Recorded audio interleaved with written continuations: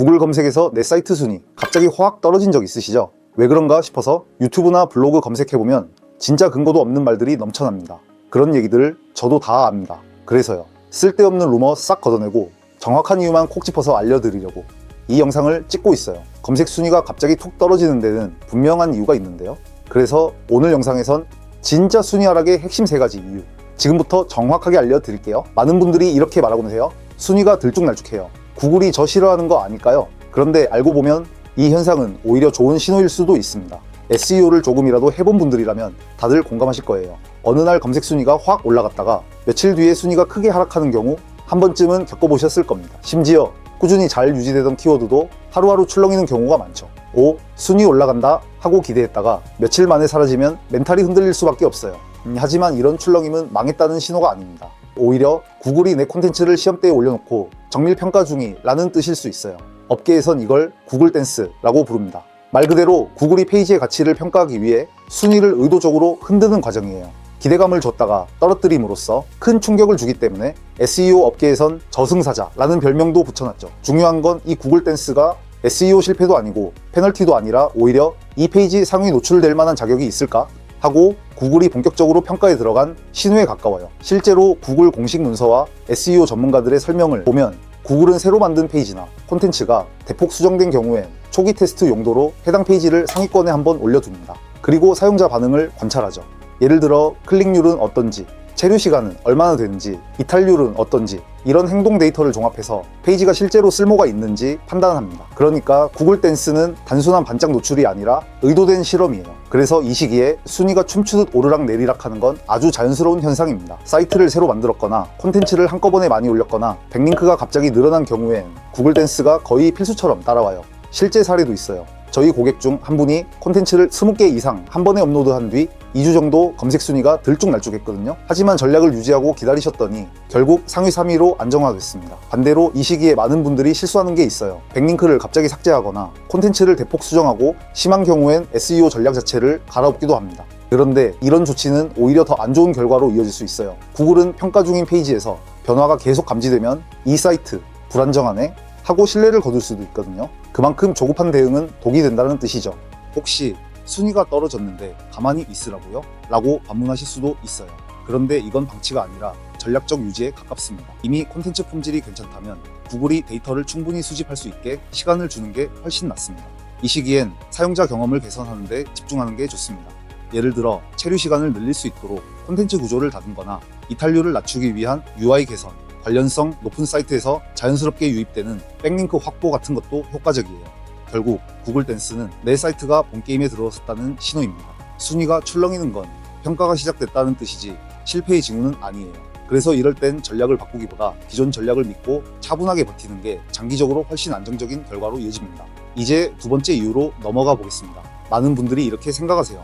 백링크만 많이 걸면 검색 순위는 올라가는 거 아닌가요? 그런데 이건 정말 위험한 착각일 수 있어요. 백링크가 SEO에서 여전히 중요한 건 맞습니다. 하지만 양이 많으면 무조건 좋다는 생각은 지금 시대에 맞지 않습니다. 왜냐하면 구글은 더 이상 단순 수량만 보지 않거든요. 이 링크가 얼마나 자연스럽고 신뢰할 수 있는가, 그걸 훨씬 중요하게 봅니다. 실제로 저희 고객 중 한 분이 100개 이상의 백링크를 단기간에 구매해서 달았는데 초반엔 잠깐 노출이 올라가더니 한 달 뒤엔 순위가 50위 아래로 급락했어요.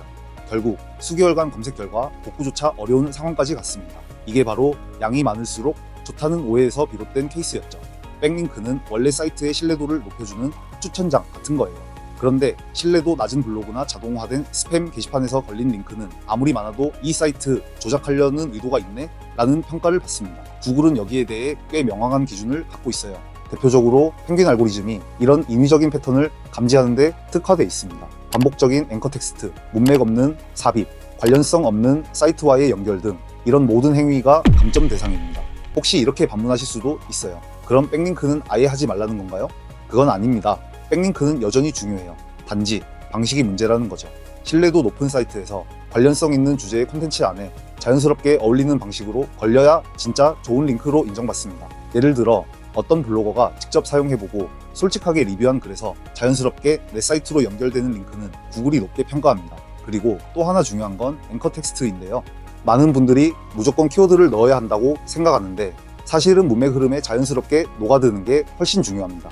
예를 들어 자전거 안전수칙이라는 문구에 링크가 걸려 있다면 해당 페이지도 실제로 자전거 안전수칙에 대한 내용이어야 하고 그 문장 안에서 어색하지 않게 흐름에 섞여 있어야 해요. 링크가 무작정 많기만 하고 모두 똑같은 키워드에만 반복적으로 걸려 있으면 구글은 이건 누가 조작했군 하고 판단합니다. 정리하자면 백링크는 많이 걸었냐보다 어떻게 걸었냐가 훨씬 중요합니다. 제가 실무에서 느낀 진짜 경험으로 말씀드리자면 링크 수가 적더라도 신뢰도 높은 도메인에서 유의미한 콘텐츠 안에 자연스럽게 녹아들면 그게 오히려 상위 노출에 더 효과적입니다.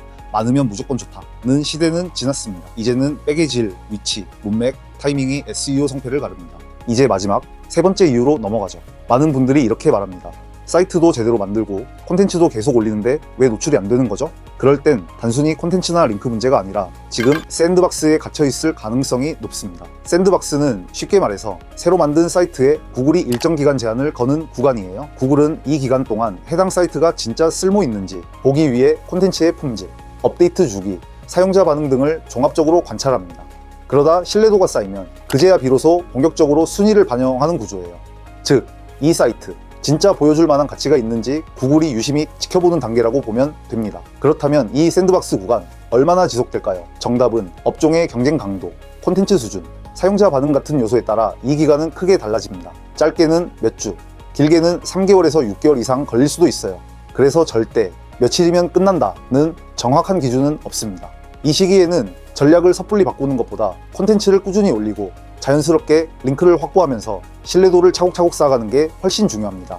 그런데 여기서 많은 분들이 구글 댄스와 헷갈려 하세요. 둘 다 순위의 변화가 생기긴 하는데 발생 시점도 목적도 완전히 다릅니다. 앞서 말씀드린 구글 댄스는 기존 사이트든 신규 사이트든 콘텐츠나 구조에 큰 변화가 생겼을 때 구글이 잠깐 테스트하는 구간이에요. 말 그대로 당위 테스트죠.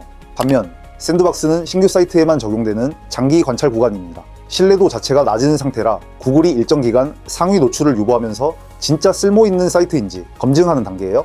그래서 사이트를 만든 지 얼마 안 됐고 콘텐츠도 꽤 쌓였고 백링크도 열심히 확보했는데 순위가 도무지 오르지 않는다. 그건 전략이 틀린 게 아니라 샌드박스 구간일 확률이 높습니다. 이럴 땐 괜히 SEO 전략 갈아엎지 마세요. 그냥 묵묵하게 좋은 콘텐츠 쌓으면서 기다리는 게 정답이에요. 그런데 반대로 백링크 작업한 지 몇 달이 지났는데도 순위에 아무런 변화가 없다면 이건 그냥 기다릴 문제가 아닙니다. 이럴 땐 내 사이트 상태를 정확하게 진단해 봐야 해요. 구글 알고리즘은 단순히 링크가 많다, 페이지가 있다고 해서 순위를 올려주지 않거든요. 잘못된 백링크, 기술적 오류, 콘텐츠 품질, 사용자 행동 지표, 이 모든 요소들이 엉켜서 순위가 멈춰버릴 수 있습니다. 그래서 중요한 건 뭐가 문제일까? 라고 막연히 추측하기보다 객관적인 분석을 통해 진짜 원인을 파악하는 거예요.